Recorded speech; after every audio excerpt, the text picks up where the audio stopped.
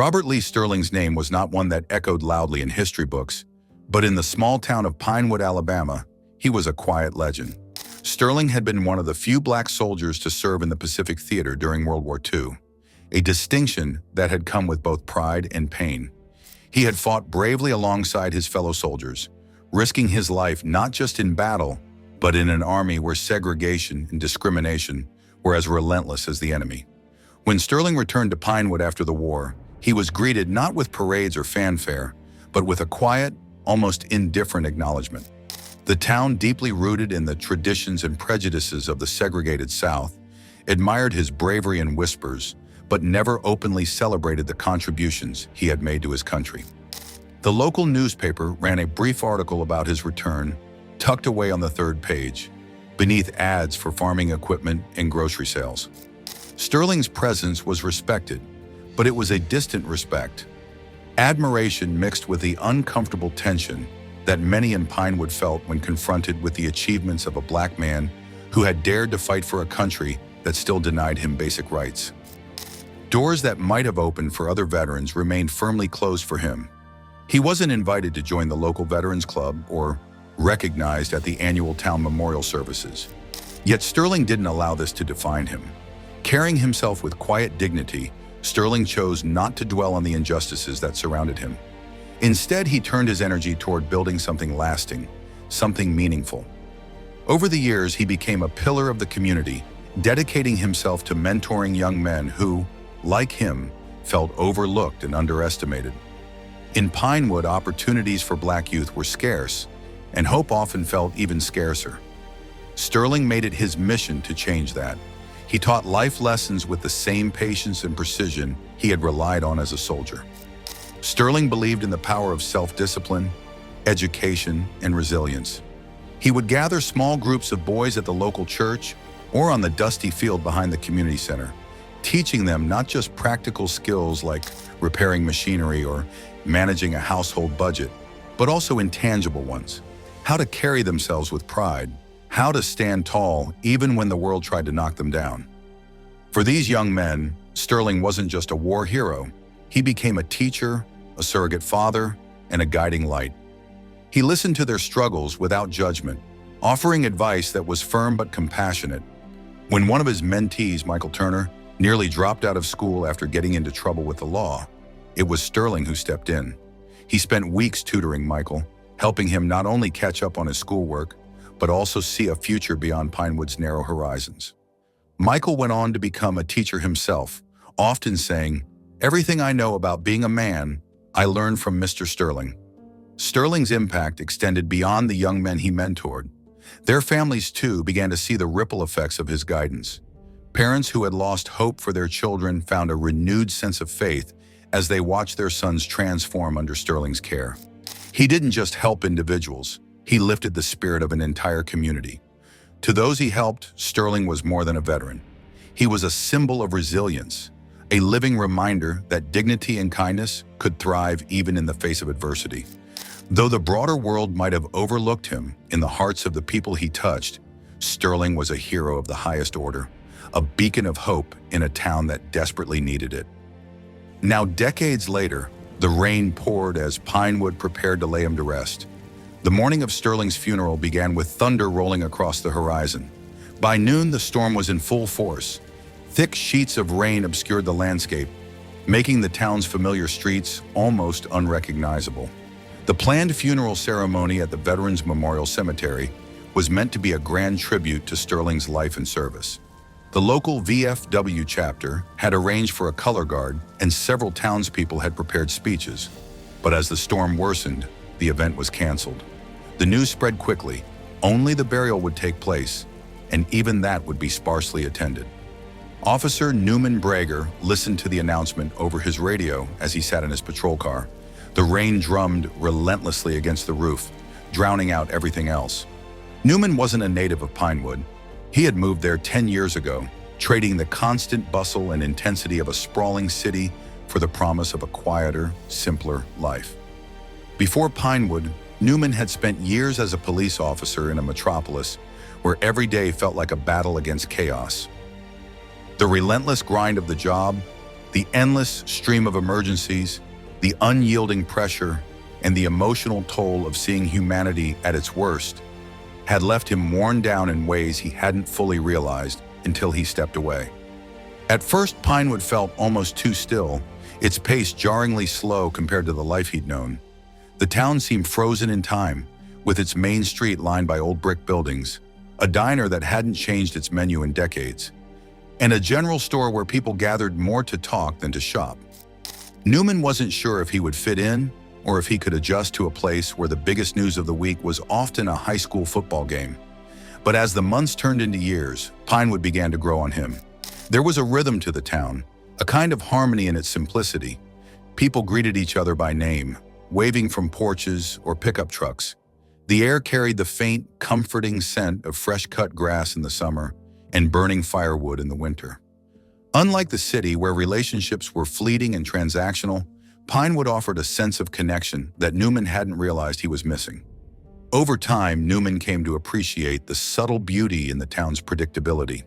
The same elderly man, Mr. Callahan, could be found on the bench outside the post office every morning, rain or shine. Kids rode their bikes freely down streets where traffic was a rare event. Neighbors didn't just lend each other sugar, they showed up unasked when someone needed help with a fallen tree or a leaky roof. Newman's work as an officer took on a different tone in Pinewood. Here, he wasn't just an enforcer of laws, but a part of the community. He got to know the people he served, their stories, their struggles, their quirks. He'd share coffee with Mrs. Green, who ran the diner, and occasionally help young Johnny Fields fix his bike chain. Being a cop in Pinewood wasn't about chasing criminals or managing crises. It was about being present, about protecting a way of life that, while modest, felt deeply meaningful. What struck Newman most, however, was how the town had its own quiet strength. Pinewood wasn't flashy or ambitious, but it had a resilience born of its close-knit community. It was a place where people valued tradition, but weren't afraid to show kindness to a stranger. For Newman, it became more than just a retreat from the chaos of the city. It became a home. Though he wasn't born there, Pinewood had given him something he hadn't realized he was searching for, a sense of belonging. And in turn, he found himself wanting to give something back, to protect the town and its people, ensuring that the quiet, personal way of life that had healed him would endure for others. Today, however, felt different. When he'd heard about Sterling's death the week before, it struck a chord.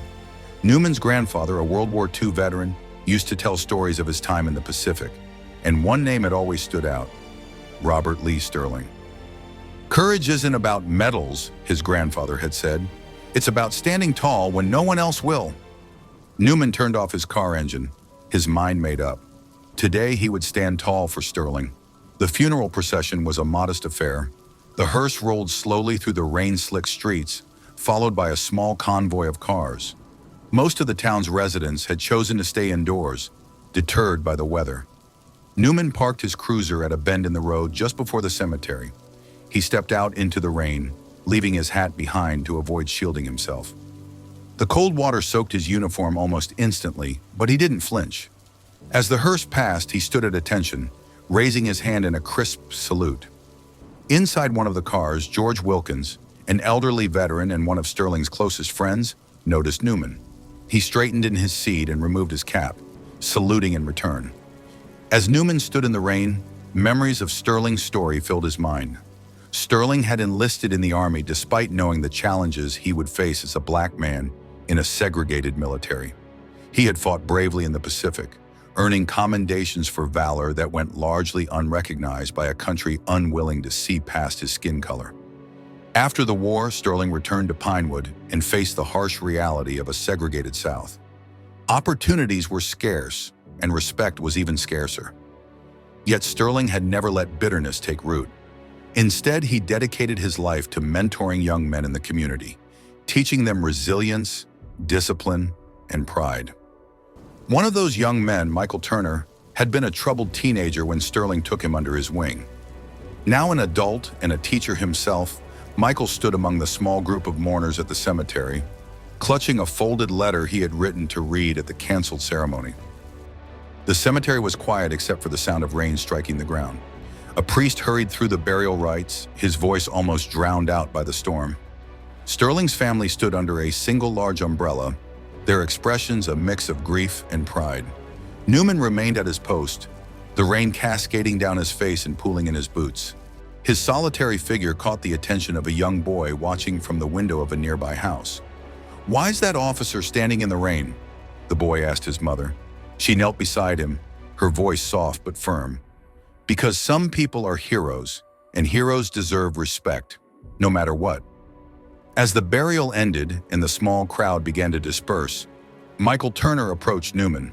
The rain had soaked his clothes, but he didn't seem to notice.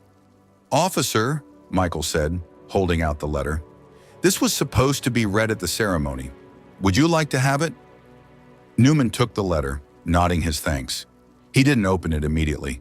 Instead, he walked to the gravesite, where the casket lay covered in a light sheen of rainwater. From his pocket, he pulled out a single Pacific hibiscus flower. Placing it gently on the casket, Newman whispered, "You deserved more, but today you weren't forgotten." Later that evening, Newman sat at his kitchen table, the rain still tapping against the windows. He unfolded Michael's letter and began to read. The letter spoke of Sterling's mentorship and the countless lives he had touched. It told of a man who had faced the worst of humanity, yet still believed in its goodness. It ended with a simple line. "Mr. Sterling taught me that a hero isn't someone who fights for glory, it's someone who fights for others. Today we fight to remember him." The next day the storm had passed, leaving the town drenched but peaceful. Newman visited the cemetery again, this time in his civilian clothes. He stood before Sterling's grave, the hibiscus still resting on the casket. He made a silent vow to tell Sterling's story to anyone who would listen, to ensure that the man who had given so much and asked for so little would never be forgotten. As Newman turned to leave, he noticed the young boy from the house standing nearby with his mother. The boy waved, and Newman smiled faintly, tipping his cap. Heroes like Sterling might not always get the recognition they deserved, but as long as someone remembered, their legacy would live on. And in Pinewood, under the ever-changing skies, one man's quiet courage became an enduring story of respect, honor, and humanity.